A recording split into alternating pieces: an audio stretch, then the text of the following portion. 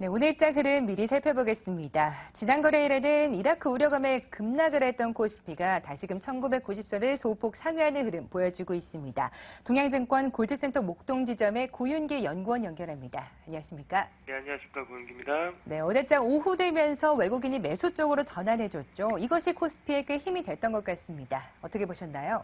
네, 전일 같은 경우에 이라크 사태에도 불구하고 영향은 제한적일 것이라는 분석이 나오면서 소폭 상승 마감을 했습니다. 오랜만에 기관과 외국인 동시 매수가 들어왔지만은 규모는 작은 편이라고 보시면 될 것 같습니다. 의료정밀 업종과 건설, 비금속 업종이 상승 마감을 했고 기계 업종과 전기가스 업종, 운수창고 업종이 하락 마감을 했습니다. 전일 같은 경우에는 주택 관련된 건설 업종이 상승세를 보였는데요. 신임 경제부총리 겸 기재부 장관 후보자인 최경환 의원의 부동산 규제 소식 완화에 힘입어서 현대산업이나 대우건설과 같은 종목들이 상승 마감을 했습니다. 그리고 이라크 사태로 국제 유가 상승에 따른 반사 이익으로 정유주 또한 상승 마감을 했습니다. 그렇지만 조선주가 기관의 강한 매도세로 하락 마감을 했고 특히나 이제 대한항공 같은 경우는 자회사 한국공항의 직원의 횡령 공시로 인해서 어제 급락하는 모습을 보였습니다.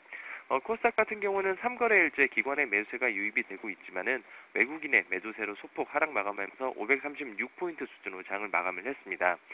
전반적으로 개별 종목 장세가 지금 지속되고 있는 상황인데요. 이런 상황에서 서울반도체가 기관과 외국인의 저가 매수세가 유입이 되면서 반등하는 모습을 보였고 전일 어버브 반도체죠. 펠립스 업체의 실적 호조와 함께 사물 인터넷 시장의 수혜주로서 기관의 강한 매수세가 들어오면서 신고가를 경신하는 모습을 보였습니다.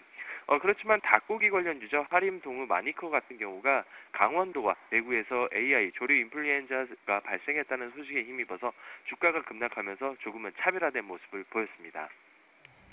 이라크에 대한 우려감 자체는 시장에 제한적일 것이다라고 말씀을 주셨지만 그렇다고 해서 시장의 모멘텀도 딱히 보이지 않는 상황입니다. 오늘 일정은 어떻게 전망하시나요? 네, 지금 이라크 사태 영향이 제한적일 것이라는 분석이 나오면서 우려감은 상쇄되고 있지만은 어떤 이라크 사태의 장기화 그리고 미국의 군사 개입이 될 경우에는 변동성이 커질 것으로 전망이 되고 있습니다. 이런 상황에서 지금 우크라이나와 러시아의 어떤 사태 또한 지금 재점화 중이기 때문에 변동성은 조금 더 커질 거라 보고 있습니다. 이번 주는 17과 18일 FOMC 회의가 예정되어 있는데요. 앨런 의장의 두 번째 연설이 예정이 되어 있습니다. 이 회의에서 이제 추가적인 양적 완화 축소가 지금 예상이 되고 있는 상황인데 가장 중요한 것은 향후 금리 인상 시점에 대한 가이던스가 나올 것으로 지금 예상이 되고 있는 상황이기 때문에 이러한 부분이 관건이라 보시면 좋을 것 같습니다. 그리고 전일 IMF에서 미국의 경제 성장률을 하향 조정을 했기 때문에 FOMC에서 미국 경제 성장률에 대해서도 어떠한 코멘트가 나올지가 주된 관건이라고 보시면 될 것 같습니다. 한국 같은 경우에는 신임 경제부총리 임명 후에 경제 인식에 따라서 방향성이 나올 것으로 지금 예상이 되고 있는 상황인데요. 환율에 대해서는 지금 여러 가지 의견차가 많고 많이 있는 상황이긴 하지만 원화 강세 기조가 유지되고 있는 상황이라면 외국인 매수세는 유지되겠지만 강도가 줄어들고 있다는 점에서 유의할 필요가 있을 것 같습니다. 전반적으로 뚜렷한 상승 모멘텀 없이 단기 이슈로 인해 주가가 일희일비하는 모습을 보이면서 개별 종목 장세가 유지되고 있는 상황이고 정유업종 등과 화학업종과 같은 낙폭과대 업종이 단기 반등 중인 상황입니다. 이런 상황에서 여전히 중소형주에 대해서는 꾸준한 관심이 필요할 것 같습니다. 여전히 시장에서 중소형주에 대한 관심은 꾸준히 갖자라는 말씀 주셨습니다. 조금은 희망처럼 들리는데요. 바로 유망주 들어볼게요. 네, 금일 같은 경우에는 요즘 주택시장 관련된 이슈로 인해서 관련주들 몇 개 많이 준비를 해봤는데요. 먼저 파세코 준비해봤습니다. 파세코는 1분기 실적이 사상 최대치를 기록을 했기 때문에 향후 실적 개선세가 지속화될 가능성이 높다라고 보시면 될 것 같습니다. 기존 사업인 석유 스토브 산업이 지금 양호하게 흘러가고 있는 상황이고 제습기와 온냉장고 같은 신사업이 지금 성공적으로 진입이 완료된 상황입니다. 이런 상황에서 지금 제습기 관련된 모멘텀이 충분할 것이라 보고 있고 자체 생산 또한 가능하고 있기 때문에 올 여름 관련돼서 한번 관심 있게 보셔도 좋을 것 같고요. 기관과 외국인의 매수세가 꾸준하게 유입되고 있다는 점 그리고 밸류에이션상 아직도 저평가 국면이라는 점에서는 아직도 매수 메리트가 있을 것 같습니다.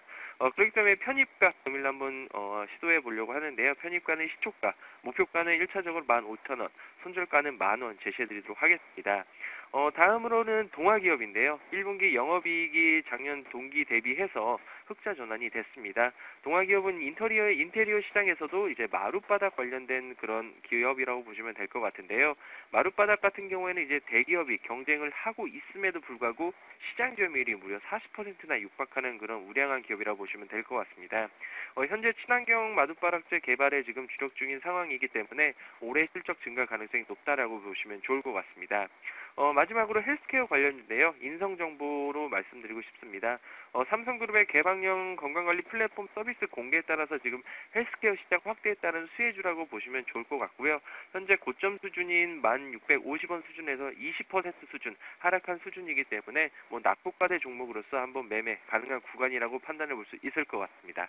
네, 오늘은 파세코와 인성정보 그리고 동아기업까지 유망주 제시해 주셨습니다. 동양증권 고윤기 연구원과 함께했습니다. 고맙습니다. 네, 감사합니다.